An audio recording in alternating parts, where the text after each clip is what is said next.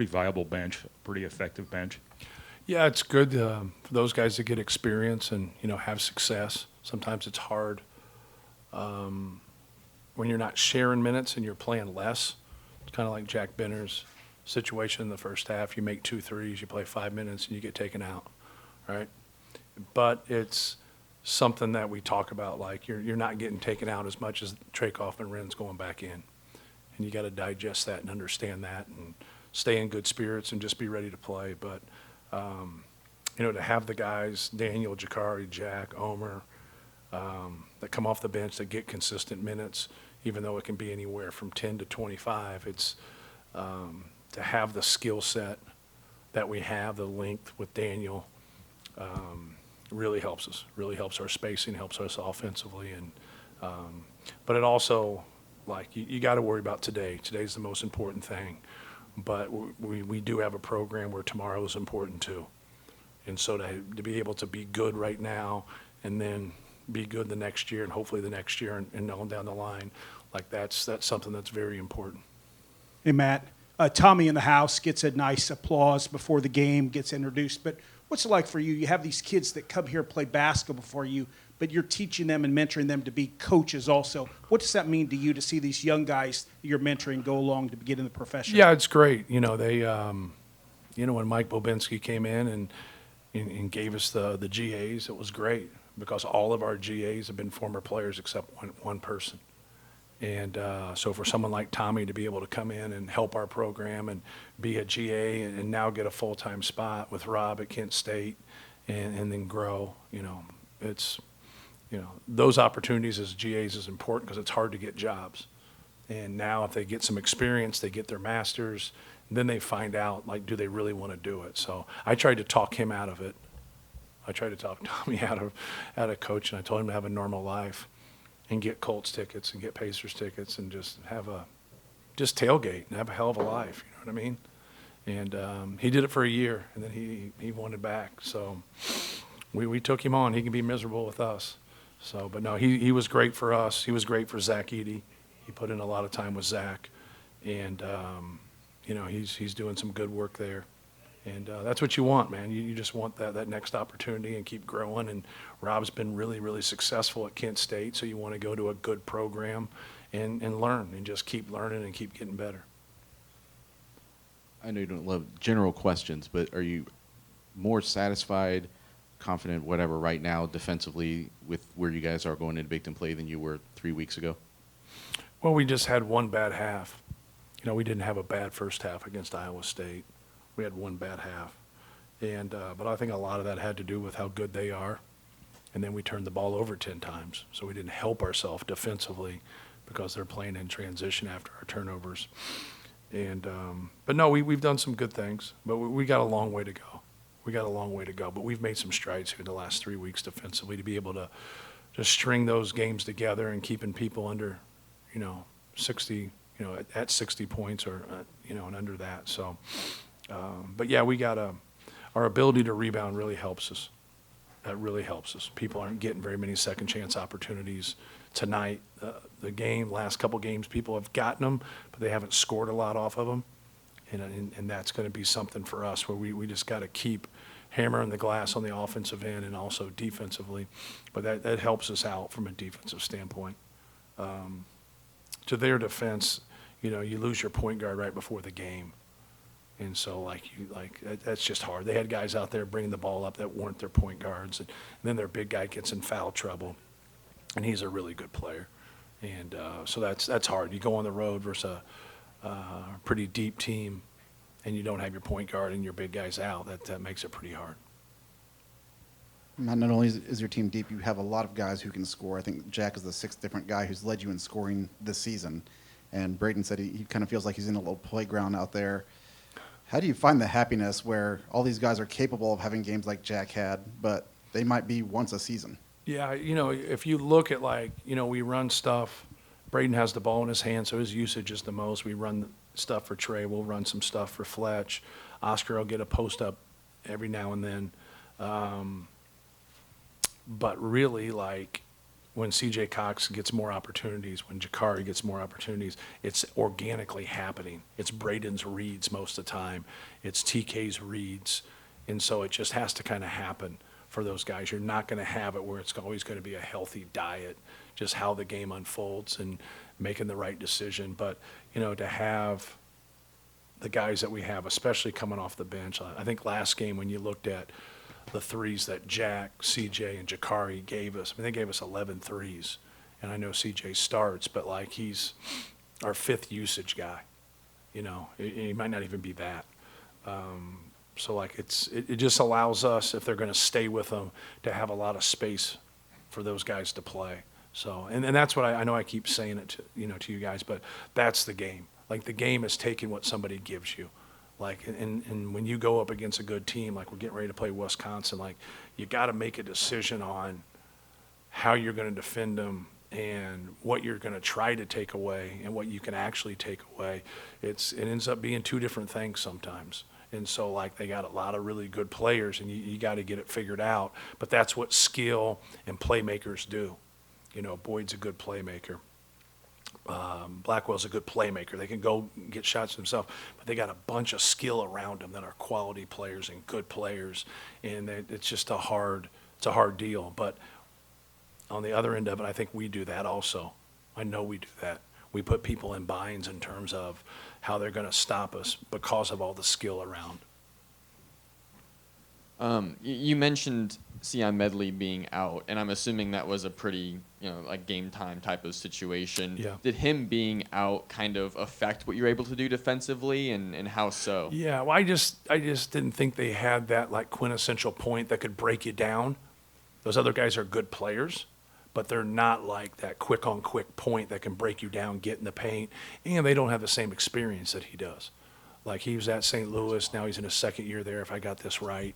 He's played in some real games. So, coming in here, could be a little bit difficult for a younger player where, he's going to be able to come in here and, and play. But just the physical attributes that he has, the other guys, one guy that handled the ball more, he's more of a shooter. The other guy's a freshman, can shoot and score. He's a good little player. In the last two games, he has played well.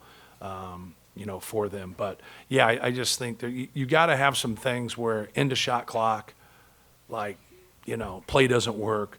Who's going to break their man down and go get a basket for you? Who's going to break their man down and create a double team where you can spray it out? And, he does that for them. So, and then with Gillespie being out in the first half, then that obviously that didn't help because he's a stud, man. He's, you can say what you want about a lot of different aspects of the game, but you get those guys that can get you 13 rebounds a game. You can't play them enough. That's how important rebounding is. And Matt, I'll ask the question. Coach Izzo was pretty vocal this week about an NBA guy kind of getting eligibility to play in college basketball. What's kind of your take on that? Yeah, we just want to know the rules so we can abide by them. We don't know what's going on.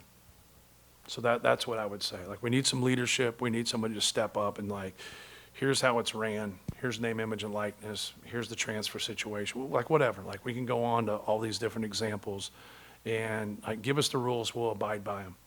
Because that's who the rules are for. The rules aren't for the people who cheat. The rules are for the people that abide by them. And so that's where this all goes down and there's no communication. We just want to know. Tell us what to do. Tell us how to go about it, and then we'll go from there. And there's just a lot of gray area right now. It's hard for coaches that have done things a certain way, and you're going to have to adapt. You're going to have to adjust. At the end of the day, we're all going to do what's best for our program. How we go about it, I think it'll get dissected. But that's the one thing that happens with. Kind of like the game of basketball, you go through things. The things you experienced a lot of, you have a feel for it and you understand. The things that you've never experienced before, like you're a rookie. And people ask you a question, well, what do you think? I don't know. I haven't been through it. I don't know what, I don't even know how to address it at times. But I do know that we need to get some things straightened out. And everybody has a lot of different answers how to get there, but That's what's in charge. Like if our team plays shitty, like that's my fault. There's nothing, there's nobody else. It's not my assistant. It's not our GA. It's not Fletcher Lawyer and Braden Smith. It's my fault. Like when you're in charge of something, man, like own things. And when things don't go right around here, I got to own things and I got to fix things. And then if I can do that, the people under me, they'll follow suit. And so we got a governing body right now that, you know, they don't know whether they're on foot or horseback. And we got to get some rules, and so we can abide by them and go forward and just have some common ground. What role and or responsibility do coaches have to play in getting those rules, you know, crafted and, you know, that change coming? Yeah, I've served on committees for about 8 years now, and I don't have the answer to that. You know, we've talked, we've sat in rooms, we've discussed things, and we have to adapt. Some of the guys, you got to adapt and adjust to changes. Well, what are the changes? Well, where's it going? Like, that's the issue. The issue isn't like whether our coaches aren't giving their opinion. If they go out and get 350 different opinions from coaches and try to do all those things, that'd make it worse. Like, you got to do what's best, you know, for the players. You got to do what's best for the game. And we're changing. We're shifting here.